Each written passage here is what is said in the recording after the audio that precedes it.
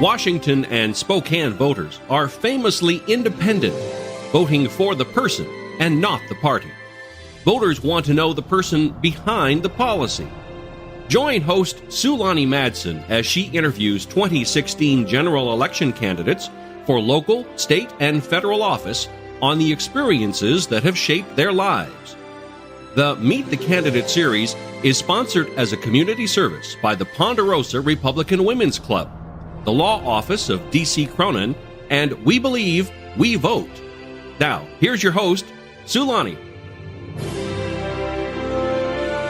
Hey, well, welcome to Meet the Candidate, and I'm sitting down here in our studio in Spokane with Greg Zempel, running for Supreme Court Justice. Welcome, Greg. Thank you. Thanks for having us on with you. Well, my first question is an opportunity for you to describe the responsibilities of the office that you're running for. Well, the Supreme Court is the final arbitrator in the state of Washington. It has, under the Constitution, a few cases that can go directly to them, but mostly they receive all their cases as the final decision point. In that capacity, they provide guidance to the rest of the state. They provide guidance to the courts of appeals, to the trial court judges, to prosecutors, to defense attorneys. They let us know through precedents exactly where the law is going, how it's changing, how they're interpreting what the legislature has done. They are not a policy board. They apply the law as it comes with the cases that come before them.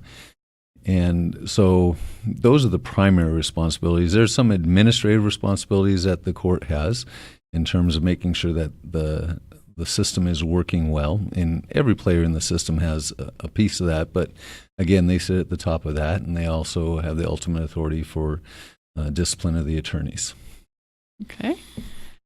Well, being an attorney does require a lot of education, but if you could start with high school as a kind of formative years. Where'd you go to high school? I grew up in North Seattle. I went to Roosevelt High School, then moved on to the University of Washington.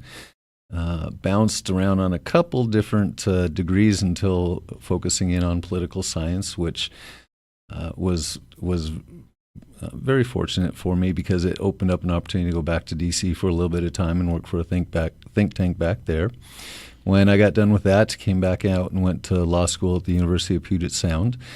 Graduated from there in 1989, and had been working for the Attorney General's office during law school, also doing a couple other different jobs, making sure I could pay for it with jobs and loans. And then there was a budget freeze, so no job availability there, so began the process of looking around and did some contract work for a couple months after getting the bar results. And then in March of 1989, went to Kittitas County. In Kittitas, I went to work for a small law firm there. We did civil work and we did criminal work. As a criminal defense attorney, handled just about every type of criminal case representing defendants except for a capital murder case. The civil was all across the board, a lot of divorce, that sort of thing. Then made the career choice that I really wanted to not represent one individual. I wanted to work on behalf of communities in the state.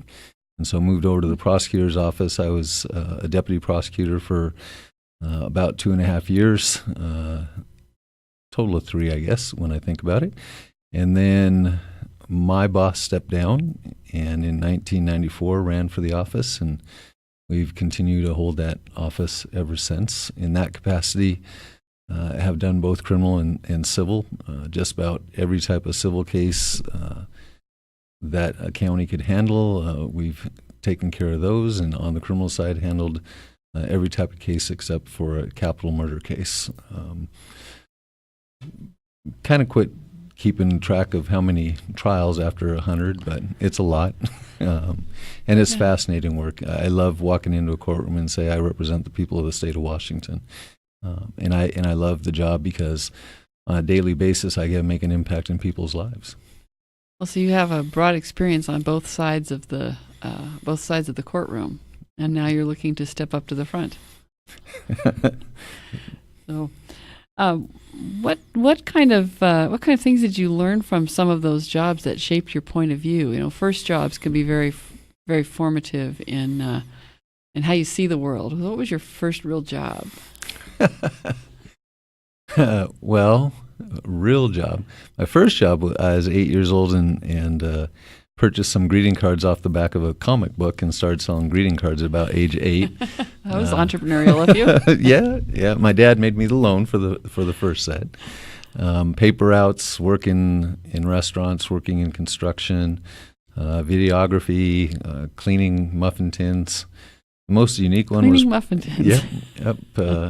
I think the most bizarre one was when Nordstrom's opened their University Place 2 in Seattle. They actually hired me to wear a tuxedo, white gloves, and a top hat and open the door and greet people. So that was before they had Walmart greeters. So I felt, like I was a trendsetter in that regard. But in terms of legal career, both as a defense attorney and as a prosecutor,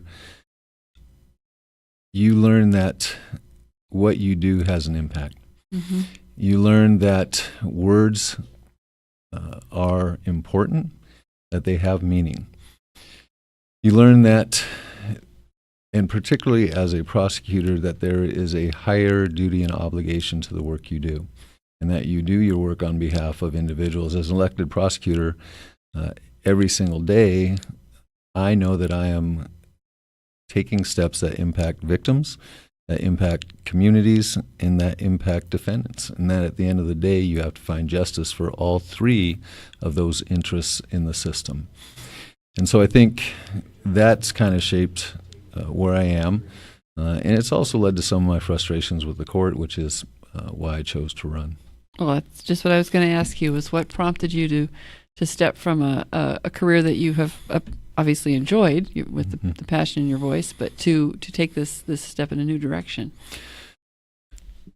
As a prosecutor, you have the opportunity to watch the court on an almost daily basis. You have the opportunity to watch the court as they set the tone for the rest of us. You have the opportunity to watch the court as they provide us guidance. What you do with that is make sure that you're training your prosecutors, your law enforcement officers on what is expected of them as we put cases together against individuals, because it's a system that is designed to hold us accountable for our actions and make sure that the defendant gets a fair trial and that we obtain convictions fairly.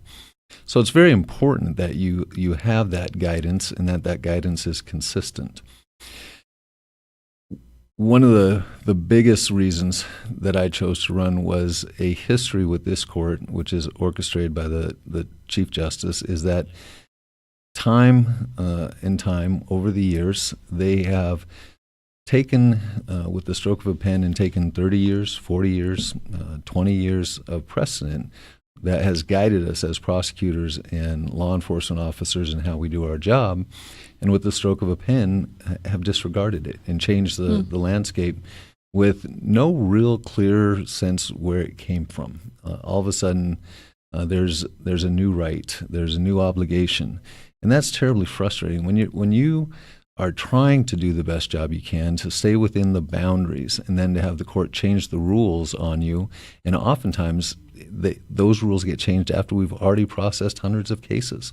NRA PRP of Andrus was a classic example where they decided that the legislature hadn't intended to include an assault crime as one of the crimes enumerated in felony murder. It impacted hundreds of cases. They had to be brought back. They had to be looked at if they could be retried. And it's just terribly frustrating. And it's harmful to victims. Our Constitution, unlike many constitutions, actually has enumerated victims' rights in the Constitution and has provided great statutory protections for them so that they can be involved in the process, so their interests are recognized. And this court, leading to the second part, seems to have an agenda that favors defendants at every turn, and that makes short shrift of the rights of communities and victims. And it's frustrating. It's frustrating that you will see a case like a recent case involving child pornography where on a mere technicality, probably literally a mere seconds, and without considering all of the implications, the court said, well, law enforcement, you're wrong. And so this child pornographer who, when law enforcement arrived, said, you're finally here. You do this long enough, you know you're going to get caught, has now walked out from underneath of those charges. Another frustration with that case was the majority and the dissent on that case couldn't decide whether or not the judge had actually ruled on the ultimate issue, but decided it wasn't important. In my opinion, it should have been sent back, and there shouldn't have been a question about that. So the politics of the court, the unpredictability of the court on the criminal side, and then switching to the civil side, it's evident on that side too. And we see it from a government perspective where if the state's after you, you lose.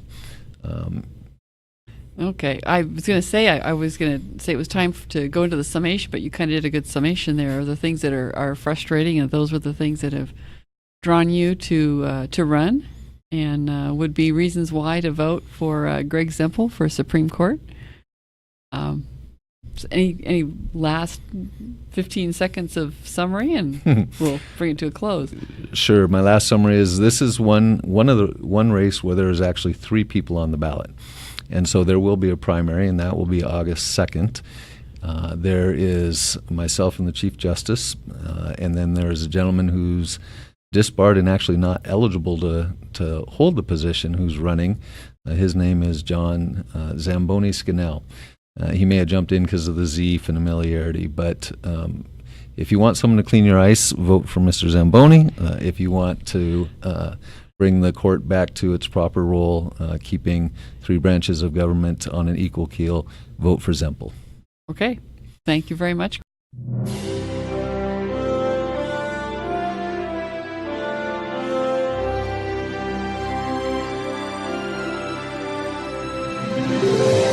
Meet the Candidate is produced in Spokane, Washington by SpokaneTalksOnline.com, which is solely responsible for its content.